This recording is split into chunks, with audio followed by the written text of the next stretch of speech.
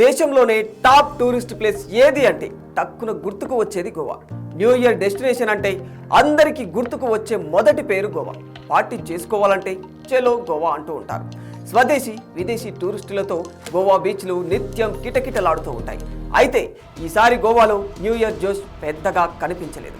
టూరిస్టుల సందడి లేక గోవా ఖాళీ వీధులతో వెలవెలబోయింది. టూరిస్టులు గోవాకు రావడం ఎందుకు తగ్గించారు? గోవాలో భారతీయులపై పెరుగుతున్న దాడులే ఇందుకు కారణమా? అసలు గోవాలో ఏం జరుగుతుంది? ఈ విషయాలన్నీ తెలియాలంటే ఈ వీడియోను ఎక్కడ స్కిప్ చేయకుండా చివరి వరకు పూర్తిగా చూడండి.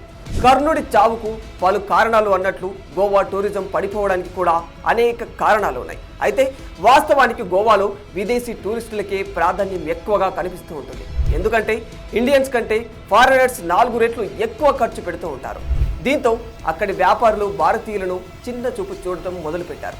గౌరవం దక్కకపోవడంతో ఇండియన్స్ గోవా ముఖం చూడటానికి ఇష్టపడటం లేదని తెలుస్తోంది. దీనికి తోడు గోవాలో హోటల్ అండ్ ఫుడ్ రేట్లు విపరీతంగా పెరిగిపోతూ ఉన్నాయి. ఇవి ప్రభుత్వం నిర్ణయించిన రేట్లా లేదా వ్యాపారులే దండుకుంటున్న రేట్లా అనేది పర్యాటకులకు అర్థం కాని పరిస్థితి.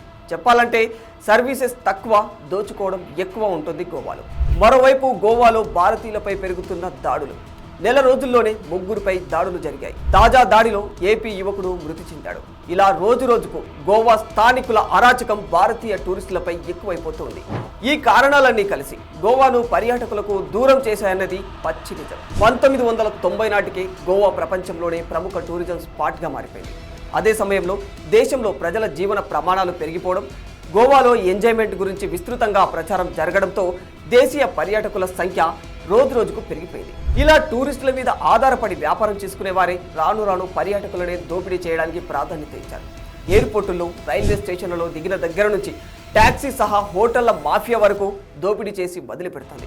ఉక్రెయిన్, ఇజ్రాయెల్ యుద్ధ పరిస్థితులతో పాటు గోవాలోని పర్యాటకుల జేబులను గుల్ల చేస్తున్న మాఫియా ముఠాలే ఈ పతనానికి కారణమని, అందుకే గోవా టూరిజం పతనం ప్రారంభమైందంటున్నారు నిపుణులు.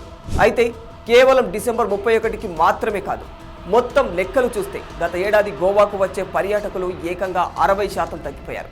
గోవాకు విదేశీ పర్యాటకులు సగటున ఏడాదికి 10 లక్షల మంది గోవాకు వచ్చి ఎంజాయ్ చేస్తూ వెళుతూ ఉంటారు.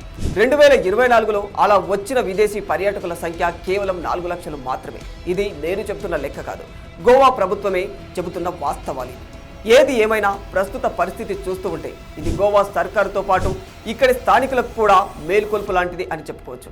ఎడాపెడా రేట్లతో బాధకుండా స్వదేశీ టూరిస్టులకు కూడా తగిన గౌరవ మర్యాదలు ఇస్తే గోవాలో పర్యాటకం మళ్ళీ పట్టాలెక్కడం ఖాయం. For more videos like this, subscribe Big TV channel.